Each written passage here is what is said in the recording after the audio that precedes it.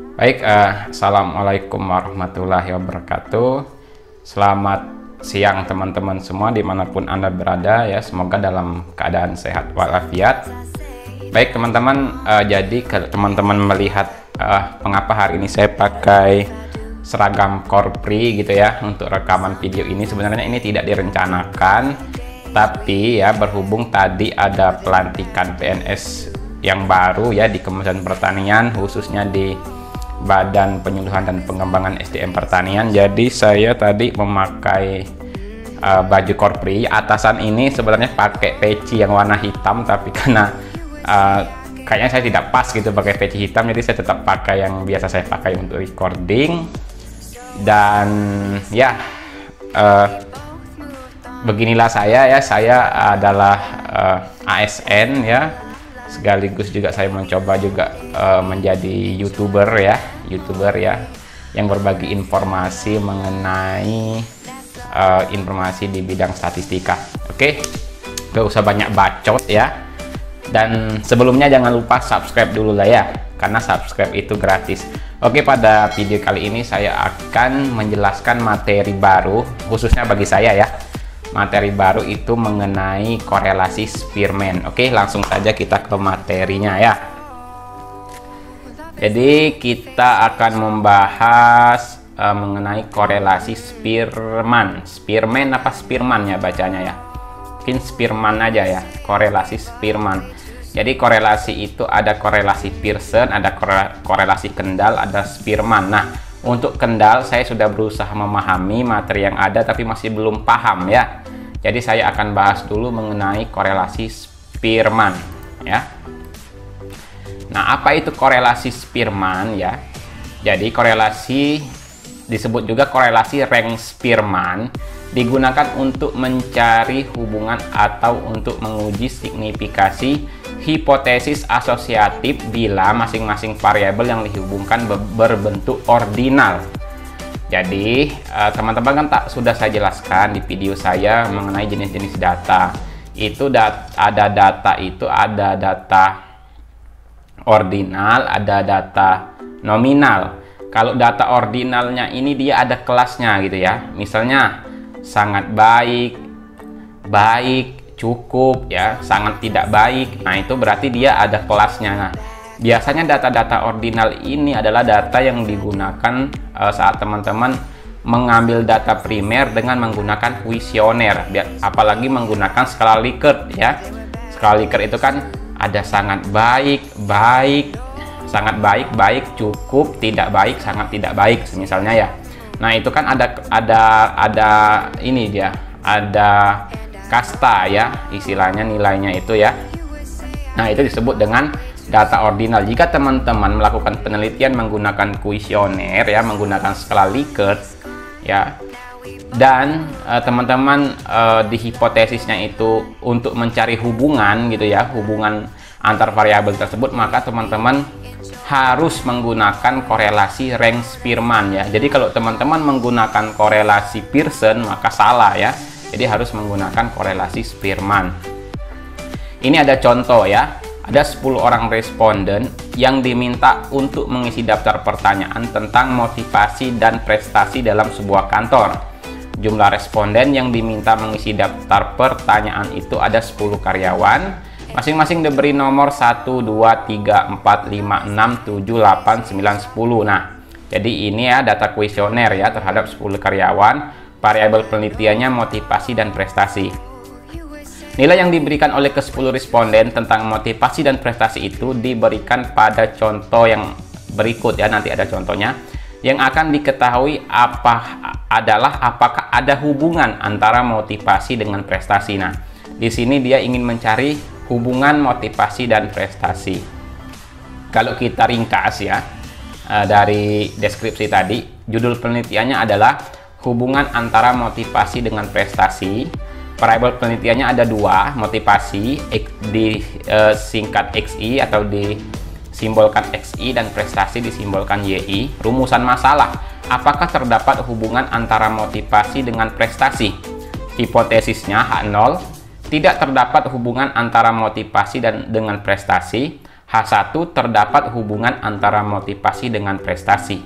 Nah, kriteria pengujian hipotesis, H0 ditolak apabila row hitung lebih besar dari row tabel. H0 diterima apabila row hitung lebih kecil dari row tabel. Row itu sendiri adalah koefisien korelasi Spearman. Ya. Nah, ini adalah rumus atau persamaan koefisien korelasi Spearman ya. Rumusnya 1 dikurang 6 dikali sigma D kuadrat dikali N kuadrat min 1 ya. Jadi teman-teman, ini rumusnya. N itu sendiri adalah total pengamatan, D itu adalah selisih dua pengamatan berpasangan ya. Nah, ini rumus Spearman. Nah, ini ada contoh dari penelitian tadi ya.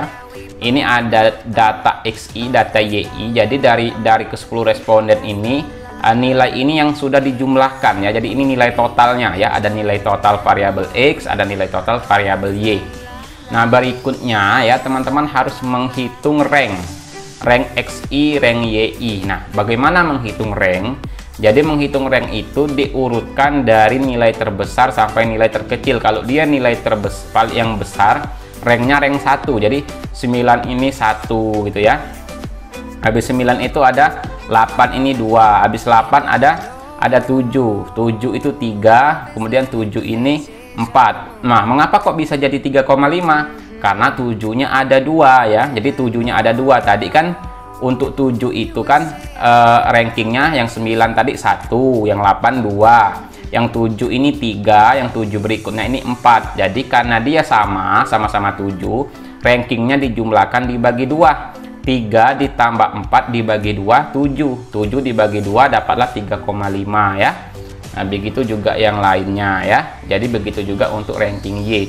Kalau teman-teman masih bingung untuk menentukan rankingnya ini ya, nanti teman-teman bisa WA saya ya. Tapi ya itu penjelasannya ya. Kalau dia sama, maka total rankingnya dibagi banyaknya angka yang sama. Kita contoh di sini ada yang sama, itu angka 8 ya. Contoh gini. Ini 9 rankingnya 1 ya. 8 ini kan mulai 2, 3, 4. 2 ditambah 3, 5. 5 ditambah 4 itu 9. 9 dibagi banyaknya angka 8 ada 3. 9 dibagi 3 dapat 3. Maka rankingnya adalah 3. Yang berikutnya menyesuaikan ya. Setelah kita dapat rankingnya, kemudian kita mencari nilai D. Nilai D itu sendiri adalah selisih dari rank XI dengan YI.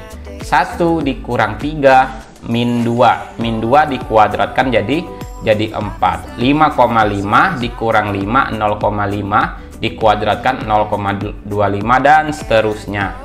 Sehingga didapatkanlah total untuk D kuadratnya adalah 7. Setelah itu ya, baru kita masukkan ke rumusnya ya. Rho sama dengan 1 dikurang 6 dikali sigma D kuadrat dikali N kuadrat min 1 ya. Rho-nya sama dengan 1 dikurang 6 dikali sigma D kuadratnya 7. N-nya ada 10. N kuadrat 10 kuadrat dikurang 1. Sehingga teman-teman setelah kita dapatkan perhitungan, nilai rho-nya adalah 0,9576 ya. Nah, berikutnya teman-teman setelah kita dapat row hitung ya, ini saya bulatkan jadi 0,958, kita mencari nilai row tabel. Nah, teman-teman di sini dilihat tadi kita dari hipotesisnya adalah hipotesis dua arah ya, karena hanya berbicara terdapat hubungan dan tidak terdapat hubungan. Nah, kalau dia signifikasi hipotesis dua arah ya, uji hipotesis dua arah, kita alfanya harus dibagi 2.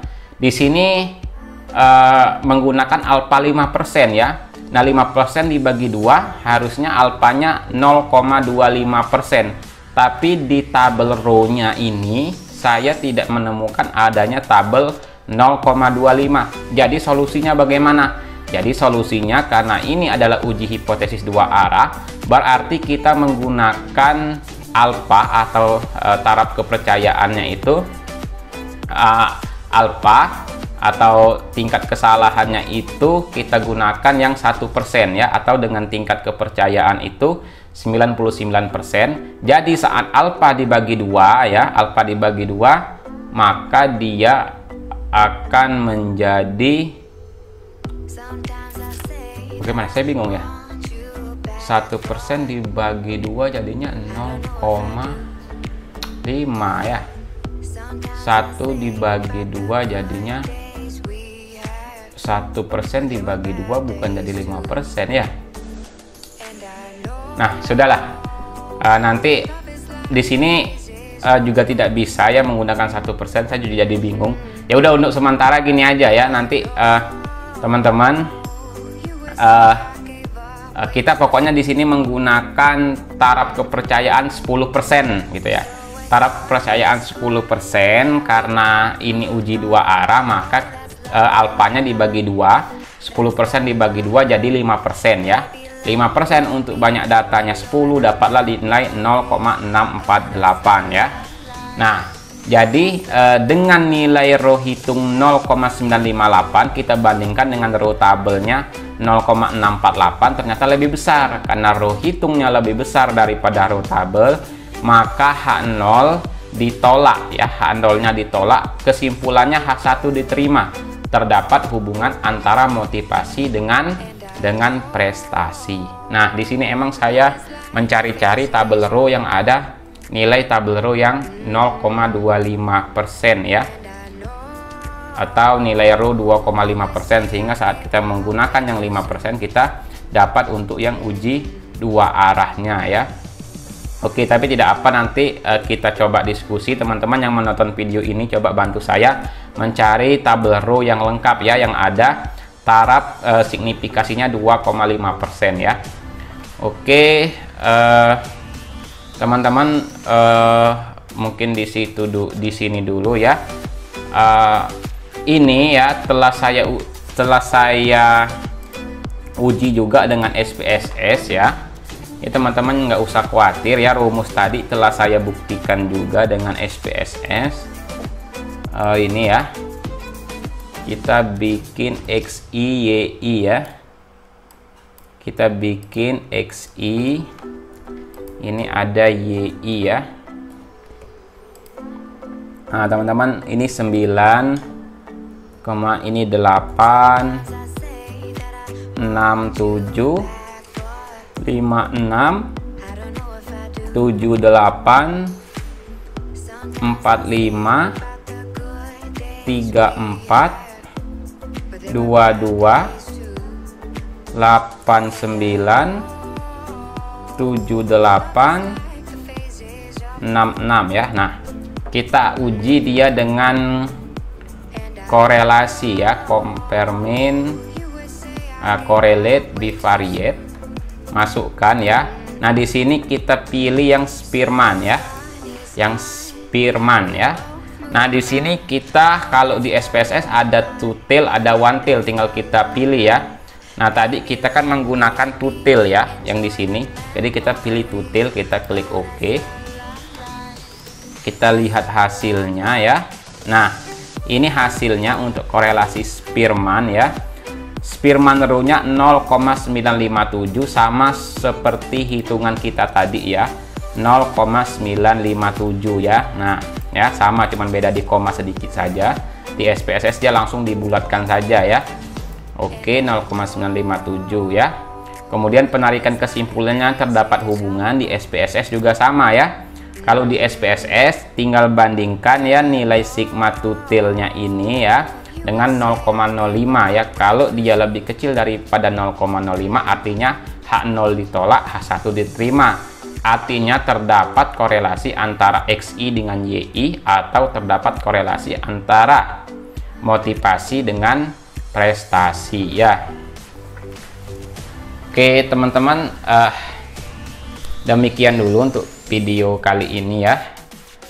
Semoga ya video ini dapat menjadi referensi bagi saya sendiri, karena saya juga masih terus belajar, dan juga dapat menjadi referensi bagi teman-teman semua. Dan tolong Jika ada kesalahan, tolong bantu saja, kita gunakan channel ini sebagai tempat belajar bersama. Oke, demikian dulu video kali ini, saya akhiri. Wassalamualaikum warahmatullahi wabarakatuh dan selamat siang.